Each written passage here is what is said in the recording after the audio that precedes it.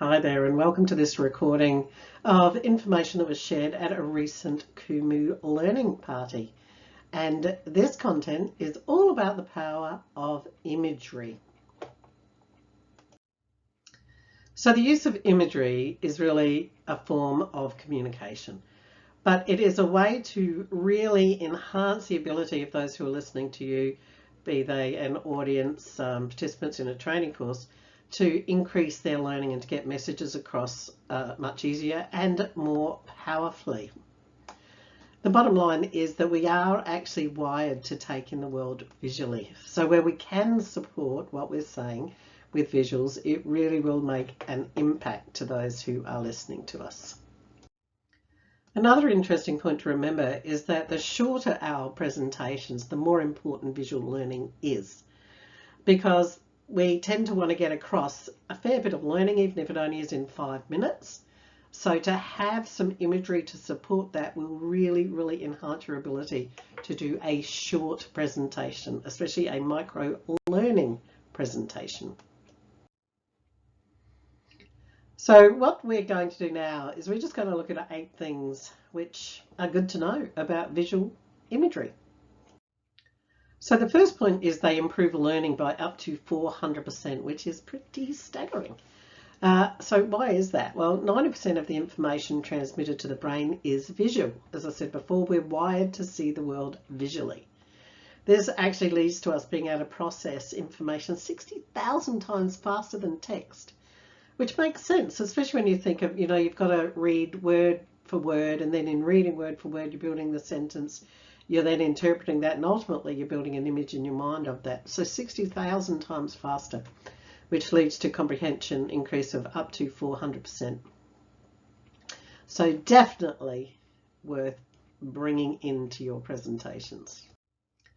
They transmit messages faster. So as we were saying before, if you look at that text on the left-hand side, a square is a figure with 4 equal sides and 4 90-degree angles. Got to read that, you've got to create a picture in your mind, interpret it to your brain, or we could go, oh, look at that, there's a square. The square's got 4 equal sides. And we get it, an image, much faster than simply using text. Another example for those who are not in Australia, that's a kangaroo. And this is a road sign. So basically it's saying look out for kangaroos. Or it could just be a sign with text on it, which really, especially when people are driving fast, is not going to be the best way to communicate it. And also, obviously, if people don't speak English well, or they don't read well, they could have hit a kangaroo before they finish reading the sign. Here's another one. For any of you who have done Skyrocket, you will have seen this before. We're talking about a learning concept of know, be, and do. So you can read through all that and figure out what it is, or we can add in 3 images and all of a sudden the brain gets a nice little pump of information that goes, oh, look at that. We're talking about something to do with the head, heart and hands. And all of a sudden it becomes much easier. So again, images just transmit information a whole lot quicker. Thirdly, images slide through to our long-term memory.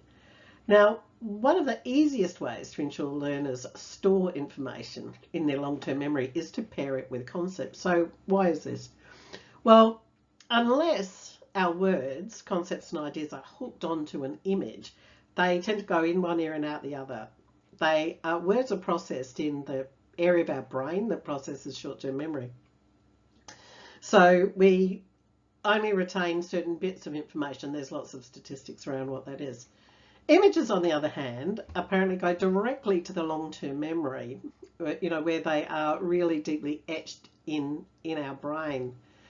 And there's lots of studies that have done programs where one is just text, one is text with images, and the recall afterwards is quite phenomenal. Like the recall in the short term can be kind of the same, but when you get to a week or 10 days out, the learning that had the visual images has much greater recall than the learning or the presentations that were purely text. So it really helps retention and helps slide that into our long-term memory. The fourth one, they improve comprehension. Now, this is the case, especially where we take an image that's already stored in people's brains, something they know of, like in this case, the iceberg, and we layer our concept on top of that. So when your audience is looking at this iceberg, they kind of know there's something we can see at the top, but there's a whole lot of depth underneath.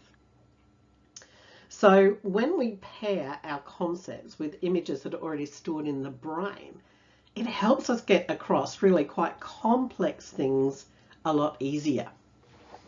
So they really improve comprehension and the speed of comprehension and the amount you have to explain to people. Here's another example. We take a graph. People tend to know how to read a graph. And in this case, we've got time on one axis, outcomes on the other, and our lines going through the center.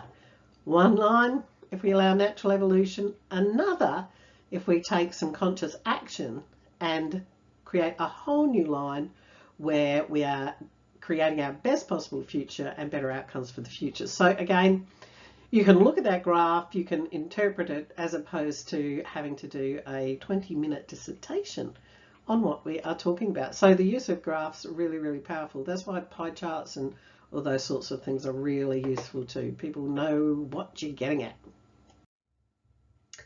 Here's another example, a Venn diagram or overlapping circles. In general, people know that there's something special happening at the center of a Venn diagram where they all overlap, and also that each of the elements in each circle plays a critical part. So this is a model we use in the Wisdom Playground where we are playing at the center of entrepreneurship, conscious creation, and your wisdom. We want to play right in the center there. I'm sure you get that from the diagram. Now, images can trigger emotions easier, and triggering emotions is actually really valuable when we want people to embody and remember things. We tend to remember things that gave us an emotional response.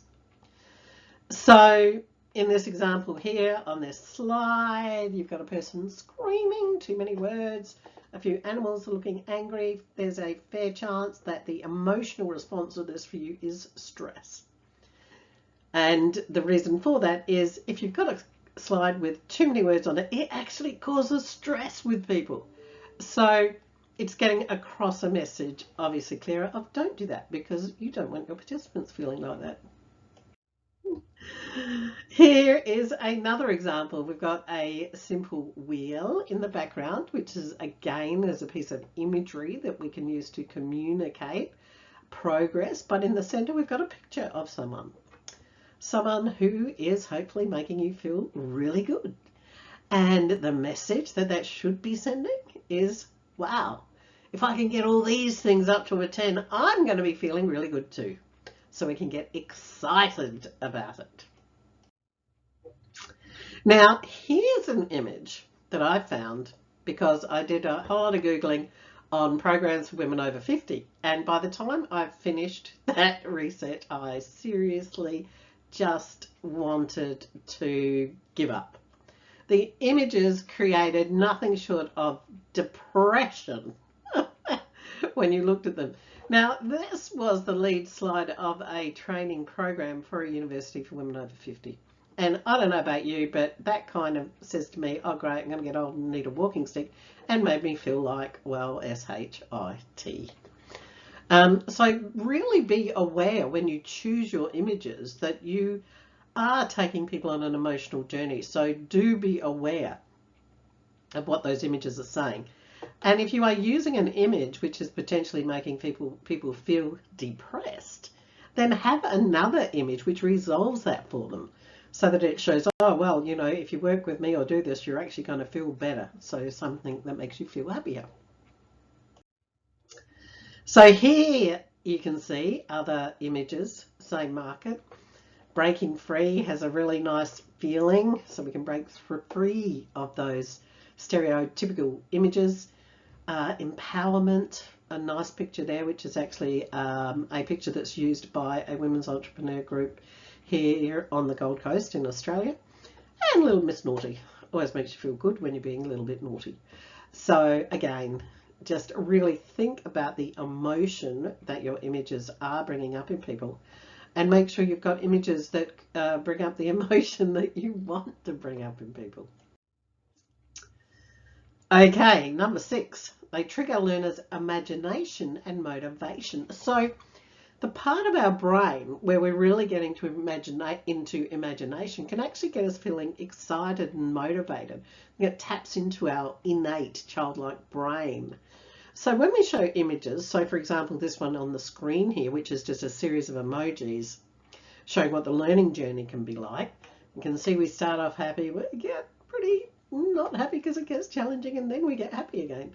Now that could take pages and pages of words to explain. But while you're looking at this, you are taking yourself on a journey of what this looks like. You might even be tapping into a past memory of a learning experience and bringing that in to your imagination as you are going through this. So when we do things that way, we tend to get a little bit of energy back into our brain and our body. We're not having to interpret a whole lot of words. So imagery taps into imagination, which allows us to also layer our experiences and or creativity on top of that. So they are really important in your training, because where you are trying to get lots across, they actually keep your learner energized and tapping into their imagination. They reduce cognitive overload. So that's basically a big word that basically means they reduce the amount of stress in our brain in having to interpret what's being told. So they make it simpler, they make it easier. Here's a diagram that is explaining quite a complex concept, which is around the fact that as children we are naturally wired to be expansive in our thinking and creative, and as adults what happens is we become much more convergent and decisive. We want to make a decision. We don't play with the divergence. Now this one diagram can be spoken to for an hour. We could unpack this, but by having the diagram here, it's actually making it much easier for you to interpret. Your brain's kind of happy to now delve into some of the complexities of this because it's got the picture of it. So we say that that's reducing the cognitive overload. We're making it easier for our learners and participants. And you know, this is where we don't end up doing even a 60-minute training program or webinar online or in person, and we have our participants fatigued. They get fatigued because of the way they're processing information. So we're helping keep their brains alive and them energized. Here's another example of that, where again the concept being that structure is really important in business and in coaching programs, in how we deliver our work. But there's a perception that if we have structure, that everything becomes bland and cookie cutter. The idea of these images is to show that every building out there is built on the same structural engineering foundations to make sure that they stay up and they're fit for purpose. But there's millions of buildings out there and not a lot of them are the same. And this is also true for our businesses and our coaching packages. So again, it's hard to show different coaching packages or explain that, and maybe go through a whole lot of coaching packages and explain how foundation can actually allow creativity to shine and possibilities to shine. But by using the imagery of something that people know, they can get that a lot easier. So again, reducing that cognitive overload, and we're getting potentially complex issues, complex learning things across in quite a simple way. And number 8, they're what your audience wants. Seriously, it's a complex world. There's a lot going on. They're very, very busy. And what we want is to make life easier for them and to be able to learn stuff in the best way they can. So let's look at a couple of other things now. When you look at any great teacher out there, an authority in their field, coach. They all have models and imagery to underpin their content. These are some of Joe Dispenza's, I won't go into them, but pretty well every element of what he teaches is underpinned by diagrams and imagery. And here's another one, simple one, simply saying you can reprogram your brain from the yellow bits to the purple bits. Again, getting a message across quite simply. And this is Bruce Lipton, who you may have heard of, The Biology of Belief. He has some very, very complex stuff he goes into. And again, everything he does is underpinned by some sort of diagram or image to really help communicate that. I'll just draw your attention to this one at the bottom here, this timeline, which this is something you could talk about, but by having the imagery, you get to see it and it makes it easier. Basically saying that if we go back to about 4000 BC, we were really living a spiritual and connected world. And that increased and then started decreasing until it crossed the line at 1776, which is about the time of the Industrial Revolution. At that point, we went into a physical centered world, all about stuff. And we've been doing that and doing that, but we're probably all feeling the fact we started seeing a real change and feeling a real change around 2012. And we're now peeking out the other side, going back the other way. So it's a nice visual way to communicate that concept. All right, so let's have a quick recap before we finish up of the 8 key areas. One is it can improve learning by up to 400%. So get onto it. Number 2, they transmit messages a whole crap load faster. Don't have to spend so much time explaining.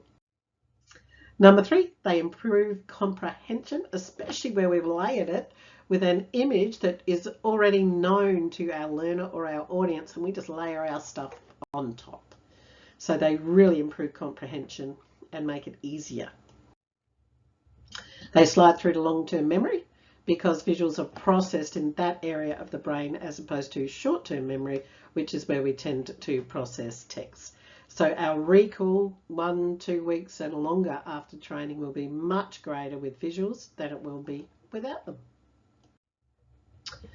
They can trigger emotions, which of course influences retention because emotions are very powerful. So choose images where you want to get that emotion across. Be aware if your images are creating emotions, that is the emotion that you want to create. Number 6, they trigger the learner's imagination and motivation, which is a good thing because it basically keeps that energy in the brain. They get to draw stuff out, create their own journeys and make meaning of what you've put there. So it keeps our learners energized, it triggers their imagination, all really powerful for the learning process.